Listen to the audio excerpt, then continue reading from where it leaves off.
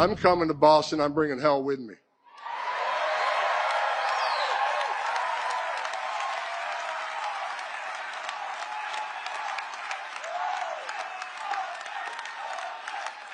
I get asked all the time, does it bother you? There's a big part of this country that hates your guts. I don't care.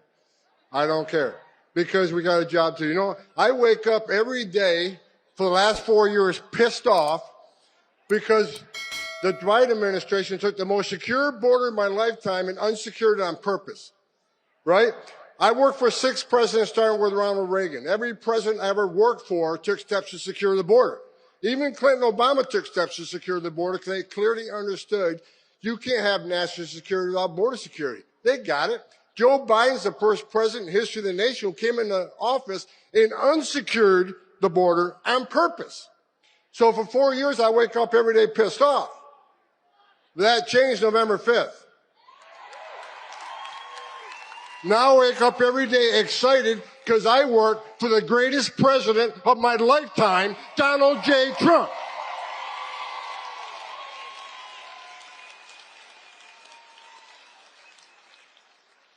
For 4 years, we had over 10.5 million illegal aliens at our border. They released nearly 8 million into the country illegally. We had a 600% increase in sex trafficking of women and children. We had a record number of known suspected terrorists and people on the terrorist watch list crossing the border. Under Trump, we had 14 in 4 years. Under Joe Biden, just shy of 400. Think about that for a moment. What Joe Biden did to our border was create the most significant public safety and national security vulnerability in this nation's history. But guess what? We got one badass president now who's going to come in and is going to take care of this border.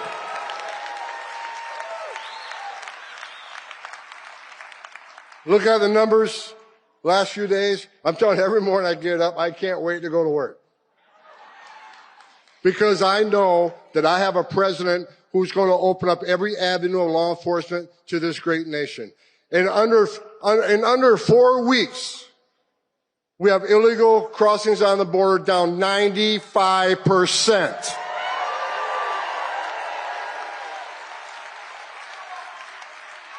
I remember when the president called me and said, I remember he called me when he brought me, this is the second time I came out of retirement for this man. So he called me, I was the first guy he called, and he says, okay, this is how the phone call went. I picked up one, I see POTUS on my cell phone, so I know it was Trump. He says, all right, Tom, you've been bitching about 4 years, you want to come fix it? And I didn't hesitate. I said, I'll come back and I'll do it for free. I'm so pissed off. You don't have to pay me.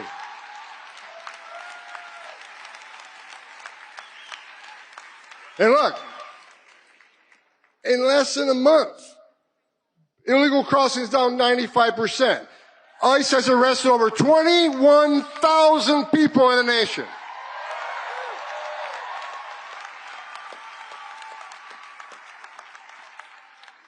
Gotaways. Under President Biden, the gotaways, 2.2 million people crossed the border, weren't arrested because the Border Patrol was too busy making sandwiches, changing diapers, making baby formula, making hospital runs, dealing with this humanitarian crisis. 2.2 million people crossed the border and weren't apprehended, weren't fingerprinted.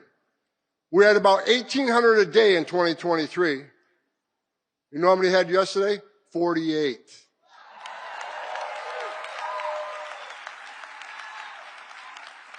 You're talking about 2,000 miles of border and only 48 people escaped, but that's 48 too many. I'm not going to be happy if that number is 0.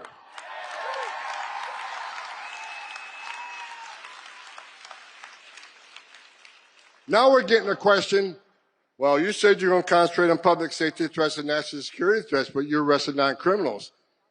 Yeah, damn right we did. Because you're in the country illegally, which happens to be a violation of our law. Entering this country illegally is a crime, and we're not going to forgive it.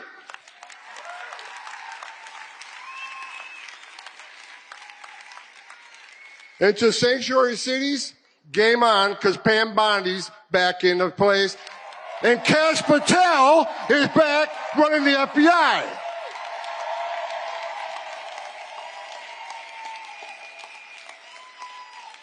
President Trump brought together one hell of a team, and every time I see one of these people get nominated and take their oath for office, I just get that much more excited. I'm afraid I'm going to have a heart attack one of these days because it just keeps getting better. Sanctuary cities are a sanctuary for criminals. I've read all these stories this week. Tom Homan insulted AOC. Well, look, it's not an insult if it's true.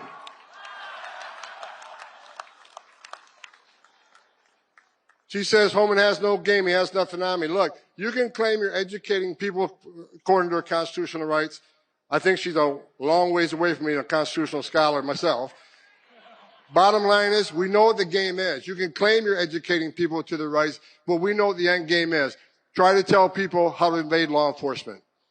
And we're talking about people who enter the country illegally, which is a crime, committed a violent act against a U.S. citizen, were ordered removed by a judge. We got members of Congress saying it's okay to educate them how to evade law enforcement. We're not making this shit up. We're enforcing the laws enacted by Congress. And we're not going to apologize for it. Not under this administration.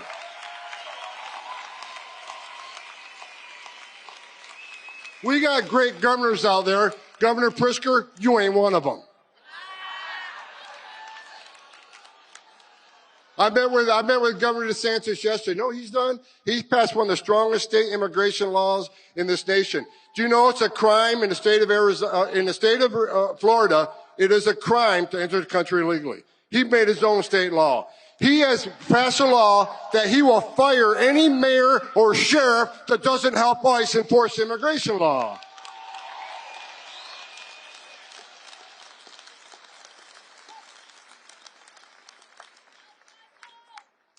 The men and women of the Border Patrol, I love each and every one of you wearing that green uniform. You're the finest 1% this country has.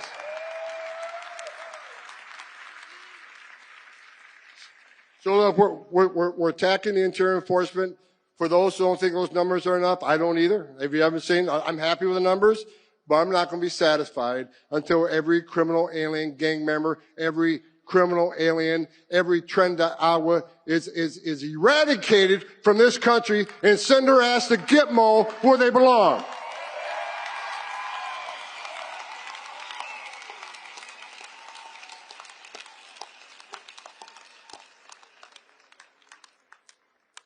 Damn, I love my job.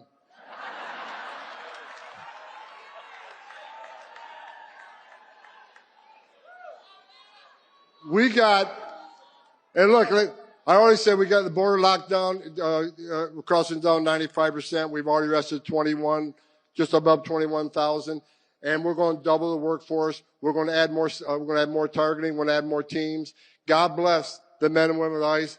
God bless all the DOJ components are with us. We've got U.S. Marshals, DEA, FBI, ATF, all these fine agencies helping us. And what's great about it, when we went to Chicago, Mayor of Chicago said I wasn't welcome in Chicago. Guess where the first place I went was? Chicago.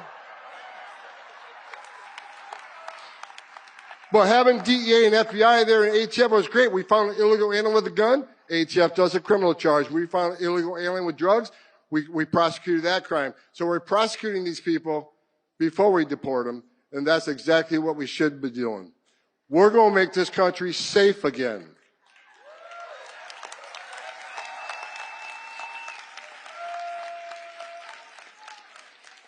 The third rail, when President Trump told me, he said, Homan, secure the border, run the biggest deportation operation this country's ever seen, and find over 300,000 missing children that were sex trafficked or forced labor trafficking in this country. And we're looking for them. And we're going to save children.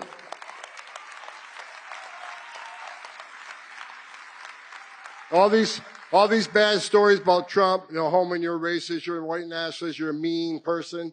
Okay, I'll take that. Because you know what Homan's doing? I'm working for the greatest president of my lifetime, and we're going to save lives. Because when 95% less people coming across the border, how many women ain't being raped?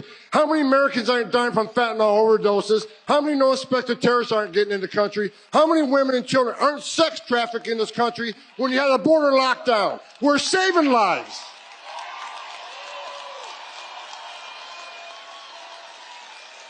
That's right. Stand up. President Trump's getting ready to come on stage.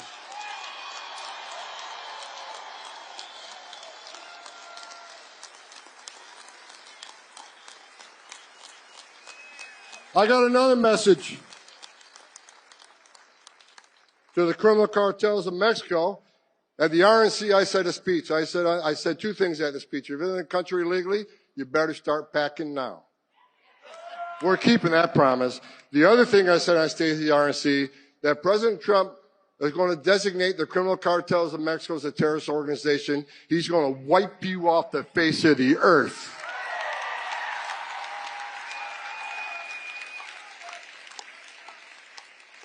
After I said that, of course, I got numerous death threats. They've doubled the size of my security detail because all the cartels want to take Homan out. Well, I'll tell you what, come get some.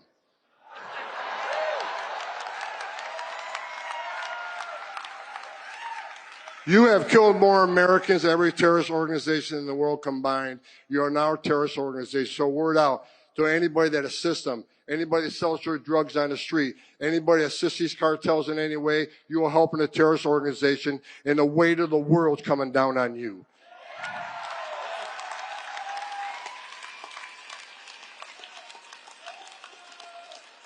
I read a story last night, the police commissioner of Boston. You said you doubled down on not helping the law enforcement officers of ICE. I'm coming to Boston. I'm bringing hell with me.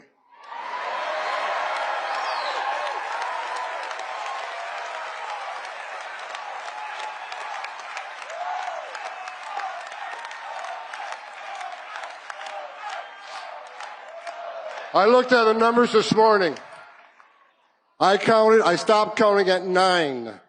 Nine child rapists that were in jail in Massachusetts, but rather than honoring an ICE detainer, released them back into the street. You're not a police commissioner. Take that badge off your chest, put it in the desk drawer. Because you became a politician, you forgot what it's like to be a cop.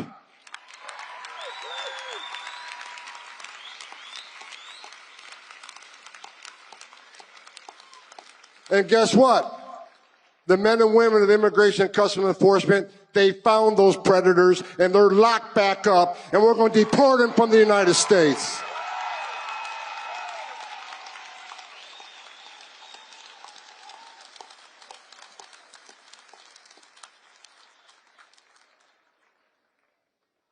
To the men and women of ICE, the agency I used to run, I was the first ICE director that actually came up through the ranks. For the 20,000 men and women that work for me, I never asked them to do anything I didn't do myself. What I've done recently, I brought a bunch of badass old school boys back. I got a guy named Mark Hall. Mark Hall went through the Border Czar Academy in 1984. I said, Mark, you ready to come back and make a difference? And he dropped everything he did to come back. I'm bringing a bunch of old school people back to show the young folk how we did it and how we're going to do it.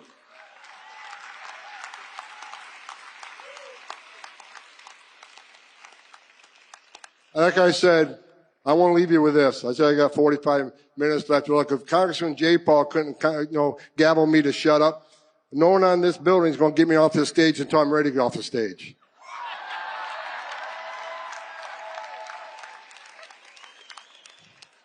Now they turn the time red. I guess that's a warning. Look, here's what I'm going to say. And I hope you agree with me. If you agree with me, will you please stand up and let him know, because he's listening right now. The greatest president in my lifetime is back in the Oval Office. He's going to make America great again. He's going to make America healthy again. He's going to make America safe again. You got it. President Trump, God bless you. I'm proud to be back, and I'm not leaving until we fix this shit.